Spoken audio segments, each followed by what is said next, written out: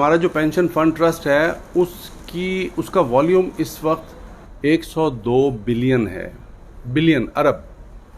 ये हम लोगों के जो और 30 35 38 साल हमने जो सर्विस की उसमें हमारा कंट्रीब्यूशन था, और कुछ बाय लॉ हमारे डिपार्टमेंट का भी कंट्रीब्यूशन था।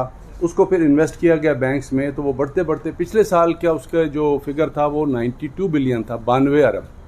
और इस साल उन 92 अरब को जब इन्वेस्ट किया गया तो उस पर 16 अरब का मुनाफा हुआ, 16 बिलियन का मुनाफा हुआ, जिसमें से हमारी पेंशन जो इस साल और की जो मिल रही है पुराने स्केल में वो तकरीबन 4-4.5 बिलियन है। बाकी 11 बिलियन जो है वो आप यूँ समझें कि वो प्रिंसिपल कैपिटल में चला गया वापस।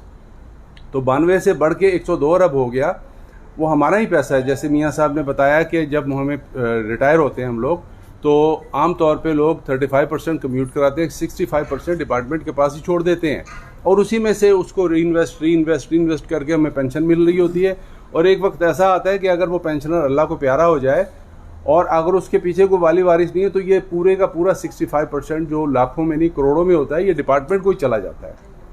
तो अर्ज़ करने का मकसद ये है कि ऐसा नहीं है कि पैसा नहीं है, पैसा है, लेकिन कुछ मिस इंटरप्रिटेशन है, कुछ मिसलीडिंग हो रही है, और इसके लिए हमने मीडिया के दोस्तों से दरख्वास्त की है कि हमारी आवाज़ को हुकाम बाला तक पहुंचाया जाए। राव नदीम साहब भी कराची से तशरीफ लाए हैं। अस्सलाम वालेकुम।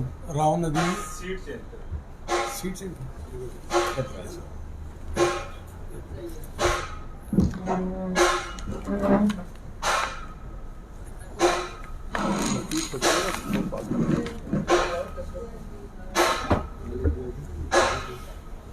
अस्सलाम वालेकुम। राव नदीम, मैं कराची कोर कमेटी पेंशनर्स का मैं रुकन हूँ। मैं भी लास्ट कोई 5 इयर्स पहले रिटायर हुआ था 2019 में। अब एक्चुअल पोजीशन तो महंगाई का और जो तनासुब जो भी हो रहा ओवरऑल वो सब आपकी नॉलेज में होगा कि मेडिकली इशू और प्रॉब्लम, ये बच्चे हैं, शादियां हैं, अगर कोई बेचारा मकान नहीं है तो वो अलग क्राइसिस है।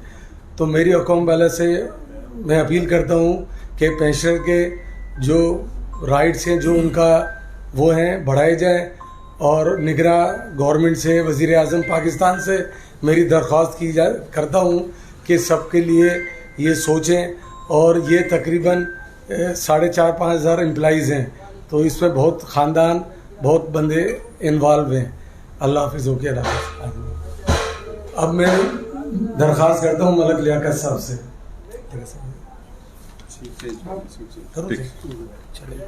हाँ सर।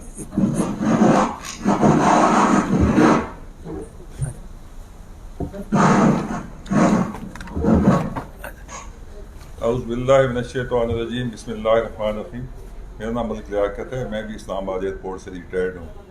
अब हमारा जो सबसे बड़ा मसला है पेंशन, हमारे महकमे में ऐसा डिस्क्रिमिनेशन बहुत है। हमारे जो लोग 30 जून 2014 तक रिटायर्ड हुए हैं उनको प्रॉपर पेंशन जो है वो मिल रही है।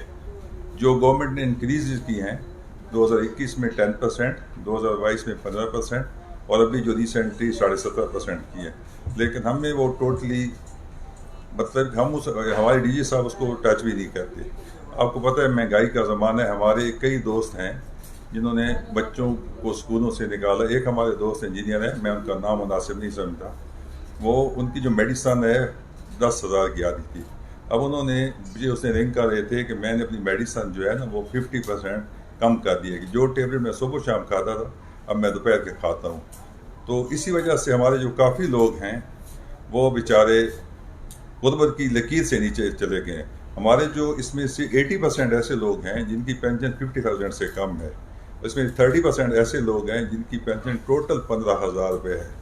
तो इसी वजह से हमने अदालत का दरवाज़ा भी खड़काया, क्योंकि अदालत का आपको पता है जो सिस्टम है वो बड़ा स्लो है। हमने एप्लीकेशन अपने सरकारी जो डीजीसी है, सेक्रेटरी साहब, हमने उनको दी, लेकिन वहाँ तक हमारी इतनी सुनाई। तो हमने ये मुनासिब समझा कि आपका जो चैनल है मीडिया का, ये माशाल्लाह बड़ा फास्ट है, यहाँ से लोगों को काफ़ी फ़ायदा होता है। तो हम इसी ज़रिए से आपके पास आए हैं। हम उम्मीद करते हैं कि आप हमारी आवाज़ को यकीनन आगे तक पहुँचाएँगे। चूँकि हम सीनियर लोग हैं और हमारे ऐसे बुज़ुर्ग हैं वो आपके लिए दुआएं भी करेंगे, और हमें आपसे उम्मीद है कि हमारी जो आवाज़ है, जो निगरान केयर टेकर प्राइम मिनिस्टर हैं, जो हमारे केयर टेकर मिनिस्टर हैं, जो सेक्रेटरी हैं, वहाँ तक पहुँचाएँ। बहुत बहुत शुक्रिया जी। अस्सलाम वालेकुम जी।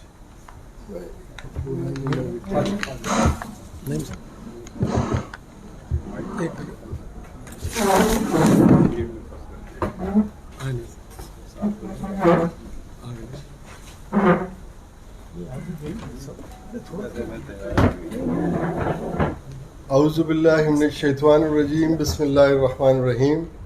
मेरा नाम नईम अहमद ख़ान है। मैं senior joint director retired civil aviation से हूँ। इतनी सैर हासिल गुफ्तगू और सैर हासिल ब्रीफिंग के बाद मेरा कहना तो सूरज को चिराग दिखाने के मुतरादिफ है। मेरा ताल्लुक़ बलूचिस्तान से है। मैं सिर्फ हुकाम बाला से एक शेर में दरिया को कूजे में बंद करने की कोशिश करता हूँ, और वो ये है कि अगर वो पूछ लें हमसे तुम्हें किस बात का गम है, अगर वो पूछ लें हमसे तुम्हें किस बात का गम है, तो फिर किस बात का गम है अगर वो पूछ लें हमसे। ये एक शेर जो है वो काफ़ी है तमाम चीज़ों को कवर करने के लिए। वस्सलाम। मेरा पैगाम मोहब्बत है जहाँ तक पहुँचे।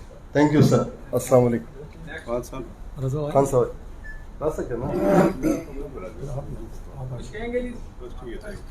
आप आके कह दीजिए, कंक्लूड कर। बताइए जी, मैं आपको थोड़ा सा अच्छा सवालात इसके बाद ले लेंगे इंशाल्लाह।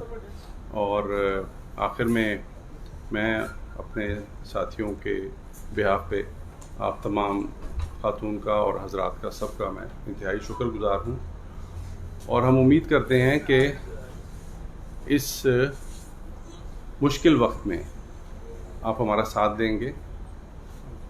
और हमारी जो मैनेजमेंट है उनसे हम यही बात करते हैं और यही तवक्को रखते हैं कि देखें, ये एक ऐसा प्रोसेस है, इस प्रोसेस से हर एक को गुजरना है। आज मैं रिटायर हुआ हूँ, कल एक और साहब रिटायर होंगे, हमारे डीजी साहब हैं उन्होंने भी रिटायर होना है, सेक्रेटरी एविएशन ने भी रिटायर होना है।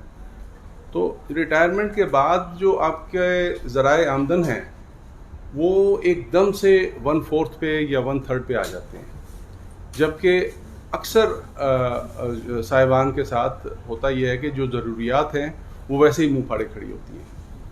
और आप और हम एक ही मुआशरे से ताल्लुक़ रखते हैं।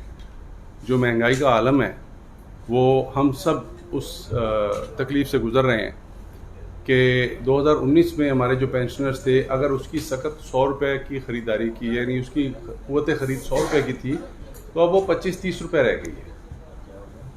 और इसके साथ ही हम अपने जो हमने अपना मौक़िफ़ आपके सामने रखना था उसका हम इख्तिताम करते हैं।